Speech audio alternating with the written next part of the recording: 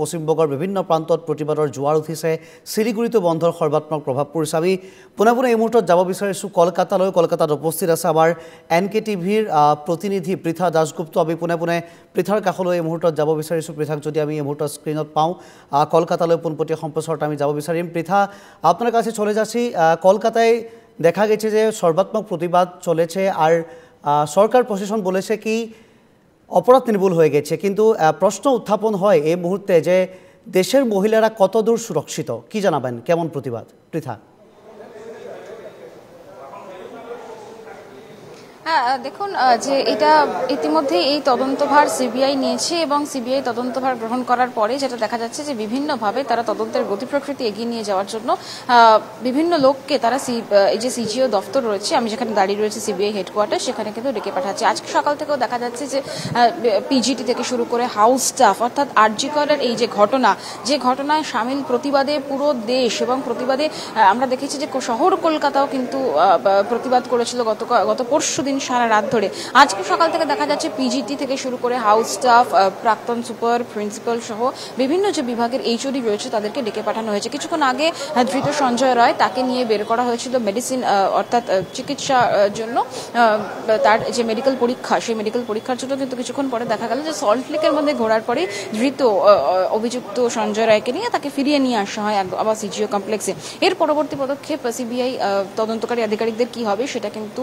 নিশ্চিত করে এক্ষুনি বলা যাচ্ছে না তবে সকাল থেকে সিজিও দফতরে চূড়ান্ত ব্যস্ততা এই ঘটনার জেরে বিভিন্ন যে ডিপার্টমেন্টের যারা এইচওডি রয়েছেন গতকাল আমরা দেখেছিলাম যে অপসারিত যিনি রয়েছেন সুপার সঞ্জয় বশিষ্ঠ থেকে শুরু করে চেস্ট বিভাগের যিনি এইচওডি অরুণাভ দত্ত চৌধুরী এবং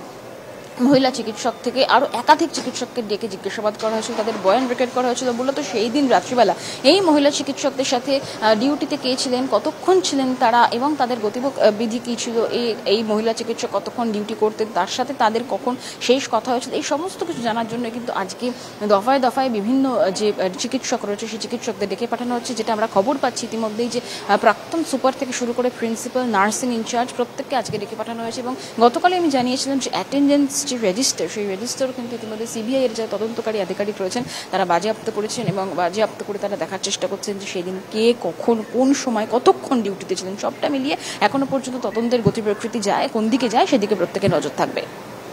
পৃথা আপনাকে আরেকটি বিষয় জিজ্ঞাসা করতে চাই আপনি একটি মেয়ে আর সংবাদের জন্য আপনি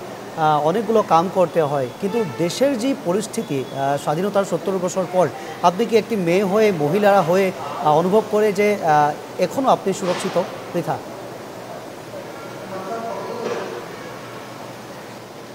একদমই নিরাপত্তা নিয়ে সুরক্ষা নিয়ে তো প্রশ্ন থেকেই যাচ্ছে তার কারণ রাত্রিবেলা বিভিন্ন যে দফতর রয়েছে বিভিন্ন জায়গা সেটা বিভিন্ন 24/7 যেগুলো কাজকর্ম হসপিটাল রয়েছে ফায়ার রয়েছে সংবাদ মাধ্যম রয়েছে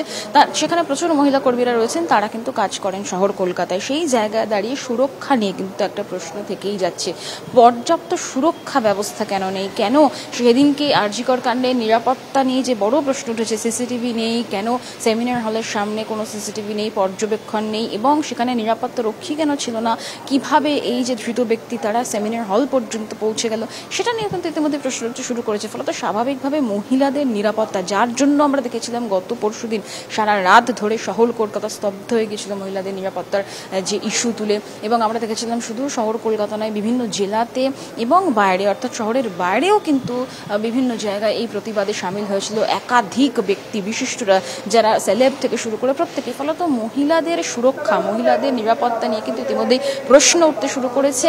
যারা রাত্রিবেলা কাজ করে শুধু রাত্রি না যারা সারা দিনে অর্থাৎ সন্ধ্যাবেলার পর থেকে কাজ করে বিভিন্ন জায়গায় যায় তাদের সুরক্ষা কোথায় তাদের জন্য এবং ইতিমধ্যে একটা কথা জানিয়ে রাখা ভালো যে কলকাতার নগরপাল কলকাতা সিবি পুলিশ কমিশনার তারা কিন্তু বিভিন্ন থানাকে ইতিমধ্যে অর্ডার দিয়েছে যে প্রত্যেকটা জায়গা সিসিটিভি দিয়ে মুড়ে ফেলতে হবে হসপিটাল হোম থেকে শুরু করে বিভিন্ন যে জায়গায় জনসমাগম বেশি অর্থাৎ সাধারণ মানুষের যাতায়াত বেশি মহিলাদের যাতায়াত বেশি সেই সমস্ত জায়গা কিন্তু মুড়ে ফেলতে হবে এবং শুধু তাই নয় মহিলারা যদি কোনো কমপ্লেন করে সেই কমপ্লেনকে অত্যন্ত গুরুত্বপূর্ণ অত্যন্ত গুরুত্ব দিয়ে দেখতে হবে প্রত্যেকটি থানার কাছে ইতিমধ্যেই অর্ডার গেছে এবং সিপি নিজে কিন্তু ভার্বালি সেই অর্ডার প্রত্যেকটি থানাকে দিয়েছে আপোনাক অনেক অনেক ধন্যবাদ পৃথা। আৰু সেয়া আছিল পৃথা দাসগুপ্ত, আমাৰ NKTV বাংলাৰ প্ৰতিনিধি। তেওঁ দেখুৱাইছে, ইতিমধ্যে জনাইছে যে কলকাতাৰ সৰ্বাত্ম হৈছে প্ৰতিবাদ। পশ্চিমবংগৰ ভিন্ন প্ৰান্তত এই চিকিৎসক নিগ্ৰহৰ ঘটনাক লৈ প্ৰতিবাদ অব্যাহত আছে আৰু এতিয়া দেশজুৰি এই প্ৰতিবাদে এক প্ৰকাৰ স্তব্ধ কৰিছে দেশৰ চিকিৎসা ব্যৱস্থা। ইতিমধ্যে কাইলৈৰ পৰা পুৱাৰ পৰা আৰু তাৰ পিছৰ পুৱালৈকে দেখিবলৈ পোৱা গৈছে, দেওবাৰে পুৱালৈকে চিকিৎসক সন্থাই সৰ্বাত্মক বন্ধ ঘোষণা কৰিছে। গতিকে হাহাকাৰ লাগিছে ৰোগীৰ মাজত আৰু এনেধৰণে সৰ্বাত্মক প্ৰতিবাদ দেখিবলৈ পোৱা গৈছে সৰ্বত্ৰ।